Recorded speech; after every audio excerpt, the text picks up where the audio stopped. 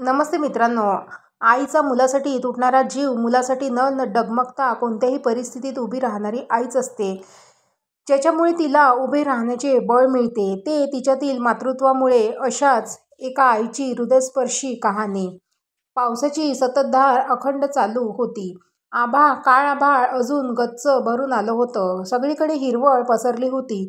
पाऊस अजून थांबेल असं कोठेही जाणवत नव्हते. निसर्गाचा देखावा मात्र डोळ्यात साठवण्यासारखा झाला होता. पारू आपल्या झोपडीत बसून पावसाला शिव्या घालत होती. पावसाचा ती खूप राग करत होती. तिची तरी काय चुकी म्हणा.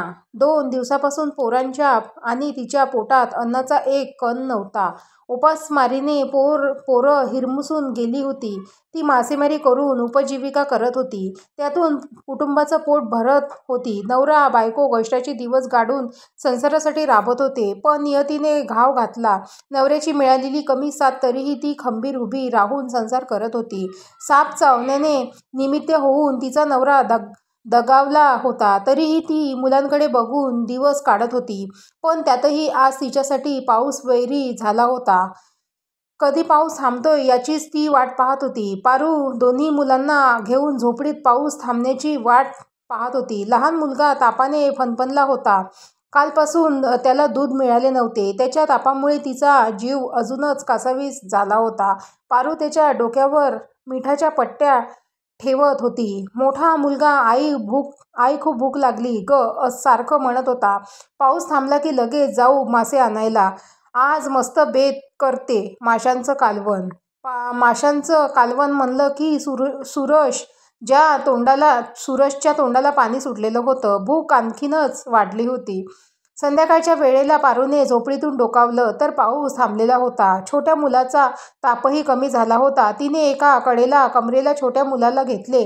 2 टोपल्या माशांकरिता घेऊन लगबगीने सुरेशला हाताला धरून निघाली. समुद्रात बरेच रोहू, मुरगळ, सुरमई, मासळ्या होत्या. खेकडे आणि साप ही किनाऱ्यावर बरेच होते. रंगीत हिरवे, पांढरे, काळे साप गट्टेच्या गट्टे एकमेकांवर पडलेले होते.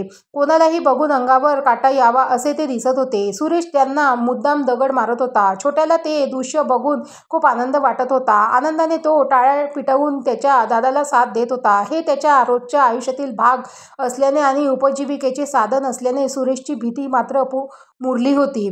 पारूच्या नजरेत ते दृश्य पडताच, अरे सुरेश, कळतं काय तुला? साप खेकड्यांपासून सावध राहा. अंधार लागलाय. दगड मारू नको, साप चावेल. आईच्या ओरडल्याने सुरेश छोट्या भावाला घेऊन एका दगडावर जाऊन बसला. दगडावर जाऊन बसताच एक साप सुस्तपणे त्याच्या कडेने चालला होता. त्याने काहीतरी खाल्ले होते. त्यामुळे साप खूप फुगल्यासारखा दिसत होता. ते बघून सुरेशच्या अंगावर काटाच आला. त्याने लगेच छोट्या भावाचे डोळे झाकले, तो घाबरू नये म्हणून. 3:30ची वेळ झाली होती. पारूने टोपल्या भरून मासे पकडलेले होते. दोन्ही मुलांना घेऊन घरोघरी जाऊन मासे विकले. पारूला पोटभर ते पैसे मिळाल्यामुळे पारू आज आनंदाने मासे विकून घरी आली. थोडेफार मासेही घरीही कालवण करण्यासाठी तिने आणले होते. झोपडीत खूपच अंधार पसरला होता. तिने लगेच मेणबत्ती लावून सुरेशकडे पैसे दिले. तांदूळ आणि दूध आणायला सांगितलं. झोपडीतील अंधारात मेणबत्तीच्या प्रकाशात पारूने लगेच तिची पावसामुळे आंबट ओली झालेली साडी मेणबत्तीच्या प्रकाशात बदलून टाकली. छोट्या मुलांचे मातीने मळकटलेले कपडेही बदलले. काट्याकुट्यांनी चूल पेटवून मेणबत्तीच्या प्रकाशात एकीकडे माशाला चिरून स्वच्छ करून शिजायला टाकले आणि बाळाला मांडीवर घेऊन सुरेश येण्याची वाट बघत होती. आई आई हाक मारत सुरेश आला. 2 दिवसांनी आज जेवायला मिळणार असल्याने तोही खूप खुश होता. सुरेशने येताना दूध आणि तांदूळ आणलेले होते. पारू आधी तिच्या छोट्या बाळाला दूध पाजून घेतले आणि नंतर भात शिजवायला टाकला. माशांच्या कालवण्याचा वास सर्व घरभर पसरलेला असतो. त्या वासाने सुरेशची भूक अजूनच चाळवली होती. सुरेश, आई, खूप भूक लागली ग. कधी होणार जेवण? पारू, हे बघ, भात शिजला की झालं. जा तोपर्यंत बाहेर खेळ, मी तुला हाक देते. आईच्या बोलण्याने सुरेश बाहेर खेळायला गेला. 2 दिवस उपासमारीने तिलाही खूप चक्कर आल्यासारखं झालं होतं. अंगात कसलाच त्रास शिल्लक राहिलेला नव्हता. तरीही ती काम करत होती. भात शिजला की सुरेशला हाक तिने दिली. सुरेश, चल पटकन जेवायला ये. सुरेशला बोलावून घेतलं. आईच्या हाकेने तो उड्या मारत आनंदाने जेवायला आला. माशाचं कालवण भात बघून त्याच्या तोंडाला खूपच पाणी सुटलेलं होतं. पारूने जवळजवळ सगळं पातेले सुरेशच्या ताटात खाली केलं. कारण पारूला माहीत होते की सुरेशची भूक खूप मोठी आहे, त्याचा आहार खूप मोठा आहे.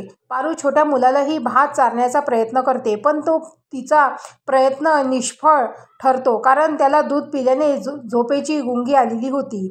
पारू स्वतःचे जेवण आटपून काम आवरून घेते. तोपर्यंत दोघंही मूल झोपी गेलेली असतात. पारूला आज समाधान वाटत होते. दोन्हीही मुले पोटभर जेवून झोपली होती.